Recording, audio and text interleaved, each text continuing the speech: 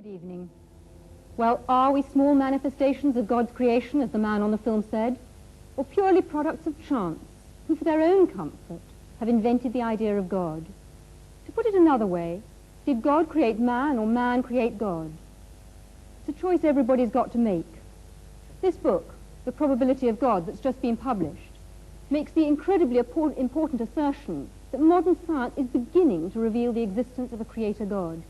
Its author, Hugh Montefiore, the Bishop of Birmingham, is with us here tonight, and next to him we have Paul Davies, who's the Professor of Theoretical Physics at the University of Newcastle.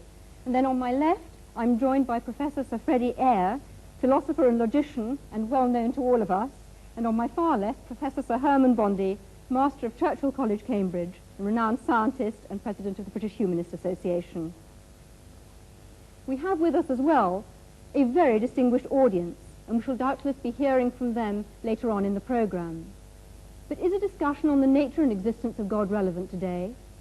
We've already heard some of your comments, which we recorded when we took a stroll outside St. Paul's Cathedral. To our surprise, we found most people rather interested in the idea of God. What's your God like? Someone I can talk to when I'm feeling on my own, I suppose. The way he's normally portrayed is as an individual, something in man's own image, and I don't believe that at all. I think he's got a lot of value for a lot of people, especially for lonely people and old people, probably. And for you too? He's my sort of reserve when I'm on my own. He's big, he's got a beard and long hair. Black long hair, yeah, black beard. I don't think he is like a person, but he's just a voice. I think he's great, and he just helps you. And then in the night, sometimes in the dark, you feel so scared. But then when you think of God, you don't feel scared anymore. He's tall with a beard, and he's just a great man. So he looks a bit like you in some ways. I do believe there is something that well, not exactly makes decisions for us, but knows more than we do. Do you believe in a God? No, only actually from the point of view that I do believe that there is a point beyond which people are unable to comprehend, and when that point is arrived at, then they encapsulate the whole thing in the concept of a God. When I look around at the suffering in this world, then I don't believe there's a God. If there was a God, it wouldn't cause the suffering that there is in this world. Then again, I think of Ethiopia with the Live Aid concert, and maybe there is. To get all people together, to get money together for children. I think, yeah, there is. Got to be. Well, was our universe created by a God or not? Hugh Montefiore's book says yes, and takes a fresh look at natural theology, which, as far as I understand it, is the argument that says that you can perceive the existence of God directly from the evidence of nature, and that, of course, includes scientific evidence. Hugh Montefiore, couldn't it be argued that you are, in fact, trespassing on other people's patch? Well, yes, you could argue anything, but I don't really see why we shouldn't reflect on what the scientists have said. I think people mix up science with the philosophy of science, that is, its meaning and interpretation. I really think anyone can have a go at that. I certainly have, and will continue to do so. I don't want to prove from the natural sciences that God exists. That I don't think can be done. But I do think we can now see that there's a high probability that this world is not a random occurrence. And that seems to me to say a very great deal. Right. Herman Bondi, what do you actually feel about that? Because do you feel in any sense it's a misuse of science? No, I wouldn't call it a misuse, and I was very much impressed by the book for its erudition and for its honesty. But I do think that the argument of this very good book leaves me stone cold. Not because I'm short of awe, not because I'm short of wonder. I feel our universe is wonderful and something to be awestruck by. What worries me is that this book will be taken by many people to prove Christianity, or at least to make it probable, or to prove or to make probable some other religion in which there is a revelation which makes people say, I know God's will. And that, to me, is a great source of evil. No, well, I must come back here and say that all that you can do from natural theology is show the hunger in men and women's hearts for God's personal self-disclosure, which I believe that he has given us. And although terrible things have been done in the name of religion, I will agree with you. I also think that the most wonderful things have been done, and I'm always interested that people like you only mention the terrible things. Not only. Right. Earlier on, Paul Davis, I described you as Hugh Montefiore's scientific champion, and presumably you've got a considerable amount of sympathy with Hugh. Would you like to explain that a bit further?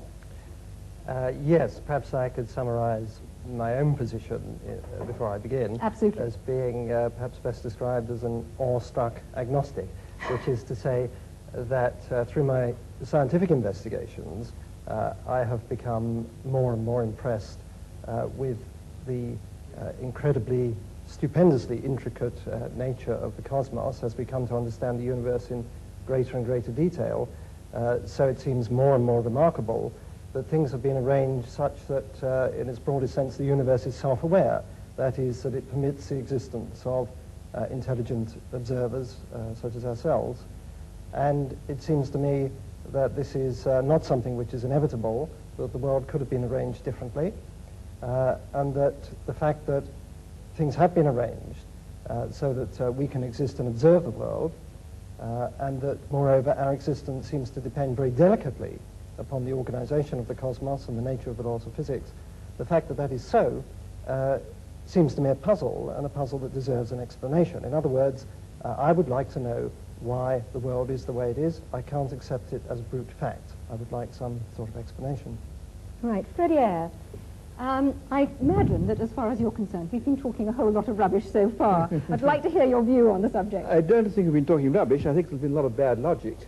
But that's not quite the same thing. What the last argument comes to is saying the world is arranged as it is, therefore somebody arranged it. Now, this is a very poor argument because it could apply to however the world was arranged. I mean, all that you have said, and all that I'm afraid the Bishop has said in the book, which I also admired very much. I thought it was a very honest book and a very erudite book, I'm pleased to say so. Nevertheless, all he was saying was, there are these causes, there are these effects, and had the causes been different, the effects would have been different. Nobody's going to dispute this. What is totally lacking is any justification for the assumption that the world as it is was designed, and had the world been different, it would not have been designed. And in fact, saying it's all designed by God is not an explanation of anything at all. You're just saying, here I give up, but because, and in fact, Professor Davis has admitted this, so science goes no further, therefore we're going to bring old Noble Daddy to make us all feel cheerful. That won't do. The reason why I'm interested in the natural sciences here is that so often you hear people saying the natural sciences have disproved God, or there's no reasonable basis for believing in God. I'm afraid Freddie Eyre's backing a loser here. I mean, it could just be a brute fact that human beings have evolved with their amazing capacities for relationship and for their experience of God is phony. It could just be true. It could be true that our intimations of morality have no ultimate sanction, that our experience of what is true and good and beautiful isn't a window into reality. But the simplest explanation of the lot, the simplest explanation in logic, is that there is a creator. Right. There are many other ways of looking for God other than science, and some might actually say better ways. And most of the world's religions believe that God takes steps to reveal himself and reveal the world to us. And I'd like very much to hear from Mahur Krishnamurti, who is a Hindu who is actually sitting in the audience here tonight. The Hinduism says very clearly, as far as the creation is concerned, it's not just God created the world and just left to itself. God himself became the beings, and the Hinduism strongly believes in God who creates, protects, and ultimately he dissolves. This is the belief of God, and the Hindus worship him with form and without form.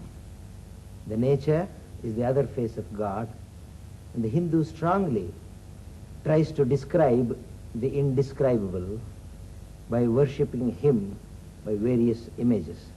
Can I go to Ahmed Deedat to talk about the role of revelation? You see, the Muslim believes that God Almighty, He reveals His messages in word form. And in that word form, this book, the Holy Quran, was revealed through the Holy Prophet Muhammad during the 23 years of his prophetic life. And it deals with these problems more directly instead of guessing. And God Almighty, He reasons with His creation by asking Him questions. He said, now, how can you not believe in God? How can you not believe in Him, seeing that you were non-existent and He brought you into being? And He will cause you to die and He will bring you back to life again. And to Him will be your return. So how can you not? In other words, the way you have been computerized, the way the Creator made you, you would naturally deflect towards God as the magnetic needle does towards north. Can I just ask you whether your God is the same God as Hugh Montefiore's, the bishops? It is the same God, except that in our concepts we differ. You see, the Archbishop, ultimately he will come to making Jesus Christ as God, a God incarnate. Now, the Muslim says, no, God is God and man is man. Right, can I move on now? Philip Eden, as a Buddhist, what in fact do you feel about this? Because your concept of God is quite different. Yes, well, as far as Buddhism is concerned, there is rather a different approach. We feel that there is a fundamental reality or truth or ground of being, which of course is in everything and behind everything. I think that many of the followers of theistic religions tend to believe that God is out there somewhere in the cosmos, and that it's necessary for human beings to try and somehow establish a relationship with Him. As far as the Buddhist is concerned, that reality is everywhere and in everything, so that the task of the individual is to understand that reality in himself. And that is the methods that are developed in Buddhism to help somebody to come to that realization. We feel that the problem with a creator is that inevitably one must then ask the question, who created the creator? And that, of course, is endless. You can go on and on doing that. So somewhere you have to start with the first cause, and surely the first cause is the universe itself. Man is one way in which the universe experiences itself. But your God is obviously very different then from Hugh Montefiore's God. There's a point that Herman Bondi raised about, you know, the fact that many terrible things have been done in the name of religion. And I think it's perhaps important to point out that probably the reason for this is that people for a long time, I think particularly in the West, have had this concept, you know, I'm here and the truth is over there somewhere, and there is a narrow path that leads to that truth. If you have that concept, which I sort of think of as a fan-like concept, then inevitably, if you believe that you have found the right path, all the other paths are wrong, and your task is to force everyone onto that narrow path. Surely it would be so much better if we had this concept of the truth being, as it were, at the center of a circle. We are somewhere on that circumference, and there are many different paths that lead into that truth. And the thing for us to realize, I think, is that the particular path that we choose is very much a personal thing, and it depends on many different factors. It probably depends on the person that we have met that may have explained that path to us, and various experiences we've had. If only we realize, all right, this path for me is the right one at this particular time, but that does not invalidate the other paths. But are you saying, therefore, that there's only one truth, that we only have one truth that we can actually listen to and experience? There can only be one truth with a capital T, one reality. And I think the point is that all the great religions have been trying inadequately in their own way to point man towards that truth. But for heaven's sake, don't let's have this idea that there is only this one wretched, narrow path and that all the others are wrong. All right, can I move the discussion on and say that we've dealt to some extent with revelation, but other people who are believers, and Hugh Montefiore has, if you like, supporters who don't only argue from design, would say that it's much more about experience and not about either design or revelation at all. I hope he wouldn't. And the experience, not Hugh Montefiore, other people would. And Sorry. the experience is God showing himself to us or us feeling him. And Eric Delve, you're an evangelist in the Church of England. Would you argue with that? I think I would a bit, yes. Because I do believe that you cannot prove God scientifically. Science can only deal with the material of this current universe. God is necessarily not of this universe. He's superior and outside of it. So consequently, you can't prove him scientifically or disprove him. But of course you want to go much further than that. If there's a God who made me, I want to know who he is. I want to know what he's like. And of course we Christians believe that he's actually done that, said it for us in the person of Christ. And we also believe that he's alive today and we can know him. So that's what we're here to say, and that anybody can actually say, go beyond just the evidence, whether it's for or against, and say, God, if you're really there, I want to know you, because I'm prepared to know the truth, whatever it costs me. Right. Hugh Montefiore. I do actually think that religious experience is a very important pointer. And in my book, I say it's the convergence of, as I see it, science showing us we're not just random products, probably not just random products, and conscience, and experience. I mean, why is it that between 30 and 60% of people, even in this secular country, lay claim to some form of religious experience? And one point I'm continually making is that the postulation of God explains nothing whatsoever, because it is consistent with anything that happens. And of course it's consistent with people having religious experience, I mean, or not having it, or because it's consistent with people who say consciousness is implanted. I mean, equally well you can say that sadism is implanted. I mean, whatever is, but you've got to explain in some way that it would have been otherwise if there had not been a creator. And this is what is totally missing, any kind of rational argument. Right. I actually wanted to bring up just something of the evidence that is within human experience of just the sheer business of significance. When I say to my wife, I love you, I mean something. I do not mean I, an accidental conglomeration of molecules from some antediluvian swamp, happen to feel a totally accidental attraction towards you, another totally accidental conglomeration, etc. I mean I love you. And if you say to me, but you're just an accident happening to another accident, something inside me says, that's not right. Now, that's not good scientific evidence, but it's human evidence. And I don't honestly think you can ignore it. It's part of humanity. And in the end, what it means is, I mean something because there is a meaning, and there's a meaner. I must protest against the previous speaker's grotesque misuse of the word accident. I have a wife too, and I love her very much. When I say that I love her, I don't accident. I don't believe that she came into the world uncaused any more than that I did, or my love doesn't have a cause, psychological cause. This levity in using these words shocks me.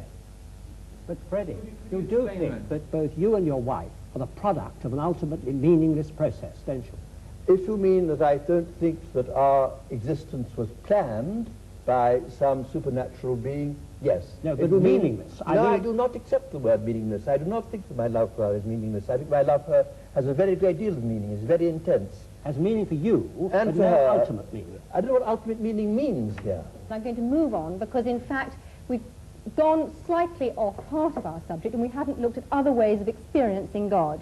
Many people say that there is a different way, a much quieter way of experiencing God. Can we ask Sister Martina Hayden? I mean, I've listened with great interest to the arguments, and I couldn't help looking back over my own life. I mean, I found myself a Catholic, born in Catholic Ireland. I thought there was nothing else in the world. And my journey has been about finding out all the different aspects of the truth. And I went through all the phases of trying to prove the existence of God, from arguments and learning about the first cause, uncaused, and it left me as cold as ice. It just didn't do anything for me as a person. And I think in these last years it has been much more about looking for God within the design of my life, actually seeing design in my life, how somehow I am being led. I mean, even the fact that I join an order which is dedicated to searching for truth is not, to me, an accident. And I hear all the different truths, and I'm really excited about what's happening in science, because I can see that that really is, there's a convergence of truth, and there's so much more humility. I'm not saying I'm humble, as they say, if you say you are, you aren't. But I'm saying that man is, scientists, theologians, people in general are much more humble than they were, say, 20 years ago. I mean, I was locked in combat with Freddie Eyre 20 years ago or so about conscience. I wouldn't argue that way now. I don't want to. Well, I can't match his mind, and I don't think the mind can actually say it all. I find myself going to my heart about religion, and I just discover more evil in myself and more good as I go along. And the revelation of Christ in Christianity helps me there immensely, because I find that Christ didn't talk theological argument or logical argument. He didn't use any of those. He talked about the lilies of the field. He said the kingdom of heaven is like, that's a simile. So for me, God is revealing himself in me, in everybody. You know, I felt really close to the Buddhist gentleman who was speaking over there. I really felt I can relate to that too. I can look into the heart of a rose and it speaks to me. I can also look into the Bible and it speaks to me. Professor Eyre, are you going to say that that's not a valid experience and that that's not a valid argument? I think it's not an argument at all. It is a very moving and personal position, which I think is the last to want to criticize. Right. Well, this debate hasn't included one essential element, and that's looking at the alternative choice that belief in God is totally man-made. Hans Eysenck, how do you view that? Well, as an atheist, of course, I can't believe that God created man. I think my Well, parents you had not. something to do with it. I have a distinct feeling that we're taking too provincial a view of the terms God and religion. We think of it in terms of dear old Pink Church of England. But of course that is only one very small aspect of religion. Both Torquemada and St. Francis of Assisi were religious and had an image of God, but they were very different images of God, one from the other. The Ayatollah Khomeini and Bishop Montefiore, I'm sure, have quite different gods in mind when they think about religion. Even the Jehovah of the Old Testament is very different to the kind of God that the bishop is talking about. So I think it's very important to realize that if man creates God in his image, as I'm sure he does, he has many different needs and consequently creates many different types of gods. Can you define that a bit more closely? What are you actually saying? I mean, I can see Hugh Montefiore blenching, but can you actually simplify that a little for our audience? Well, if your personality is warlike, wants to proselytize, is aggressive and so on, then you go for the kind of God that the Quran portrays, which wants to proselytize the world and is warlike and so on. If you are peace-loving, you want to have an assurance of a future life and so on, and happiness, then perhaps you adopt the kind of God portrayed by the Ahmed Church of Deedat, England. would you agree with that? I don't, ma'am. You see, I don't think that our brother has read the Quran. The way it seems. You see, there are 99 attributes of God, and out of that, this one that you are talking about is non-existent in this book. Can I ask you a question? Are you saying then that the Muslim God is actually a peace-loving God who wants peace in the world? Yes, yes. And he tells us that if somebody wars against you, you have a right to fight back, unlike turning the other cheek. What about the concept of the holy war, the jihad? Yes, that is a struggle for righteousness. For example, Britain, when she was under attack by Hitler, what you did was jihad. And we take our hat to you, to Winston Churchill, for, putting the spirit into your people. Now that is what is a defensive war. And you had to retaliate. Because if you didn't, if you just sat back, keeping Hitler at bay, it wouldn't have served the purpose. You have to attack. And in the state of nature, everyone has a right to do that. So Islam allows us to defend ourselves and to extend our hostilities to a reasonable amount of satisfaction and retaliation. All right, can I come back to Hans Eysenck, and perhaps you'd like to develop it a little further, because we've actually heard an exchange between the two of you, but would you like to come out on a little bit further about perhaps other religions and not only about Islam? Well, it's not so much a particular religion, because within each religion you have all sorts of different gods, as I was trying to say, that of Torquemada and that of Francis of Assisi are all Christian gods. They're entirely different. So man creates God in his own image, even within a given religion, and certainly between different religions. The God he needs will be a different God according to his own personal requirements and to the kind of society in which he lives. Our society is different to that of the time of the Crusades, and consequently we need a different kind of God. Can I ask you then about the role of conscience, and where does conscience come from?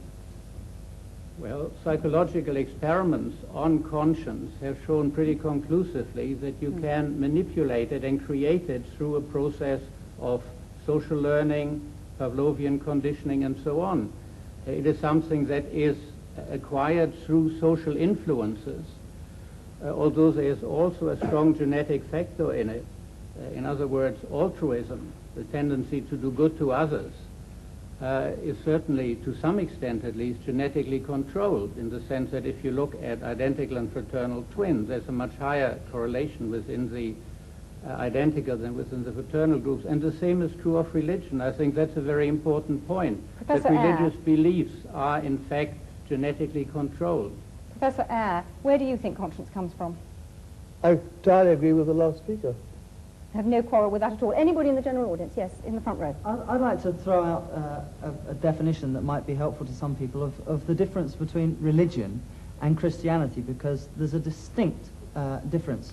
Religion is largely man, by his own efforts, some of which have been demonstrated tonight, in terms of mental gymnastics, trying to get to God and looking at the most powerful thing, like the sun, and bowing to that.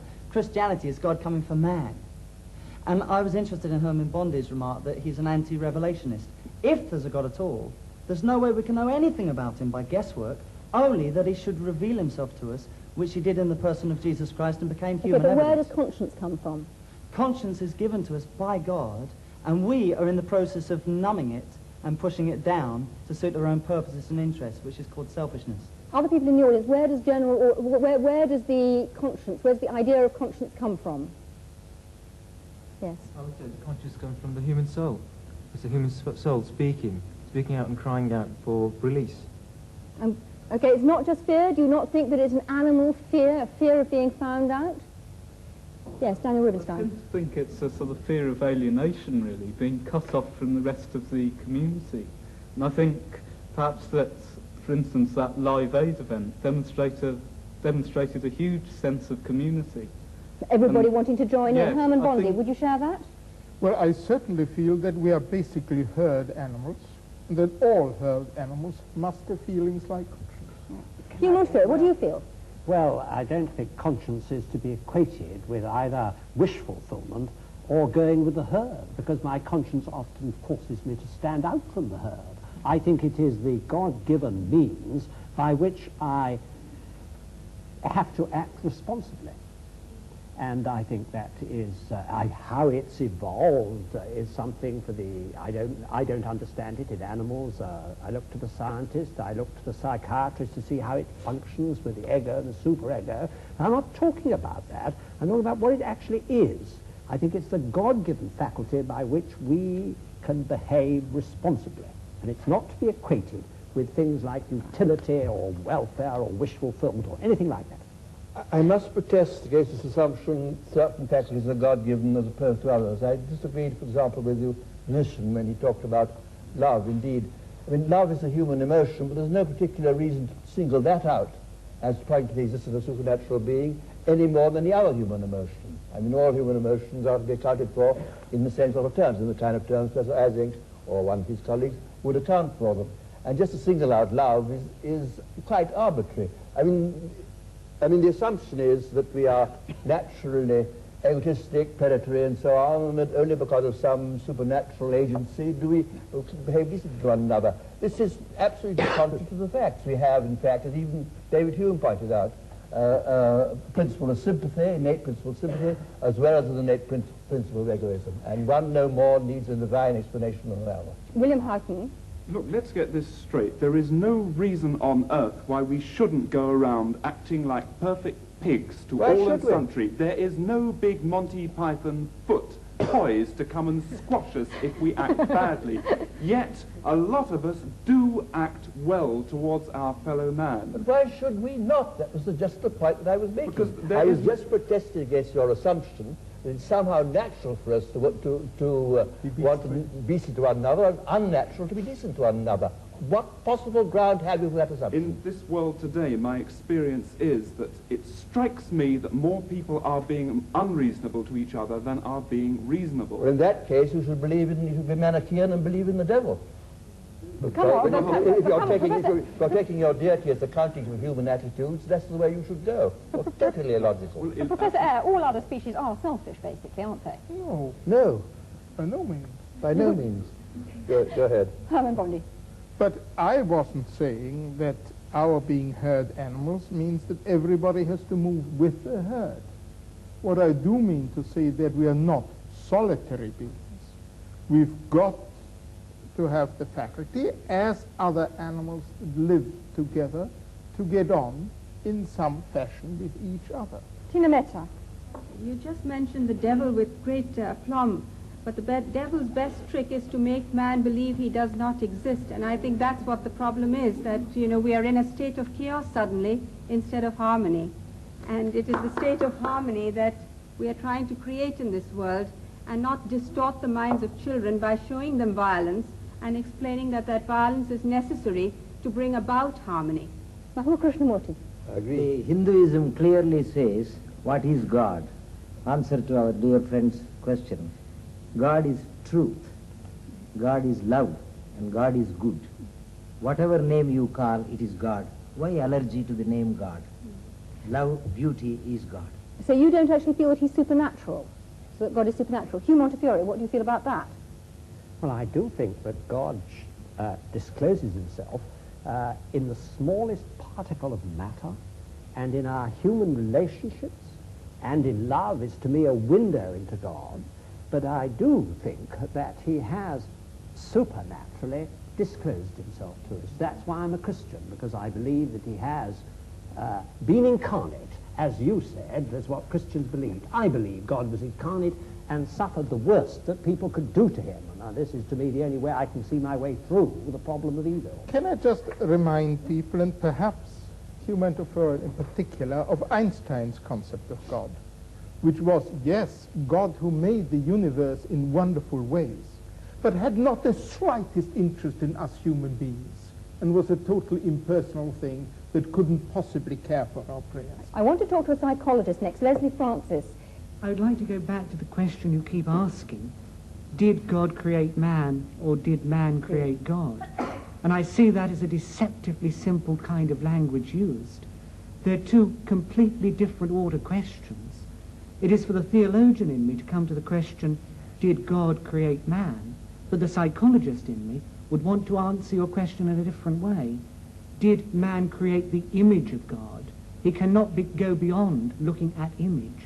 And I suspect what we've heard in the discussion tonight is a whole lot about the variability in the image that is used, but we haven't been able to get on to the ontology beyond that image. I'm sorry, everybody, but we've run out of time.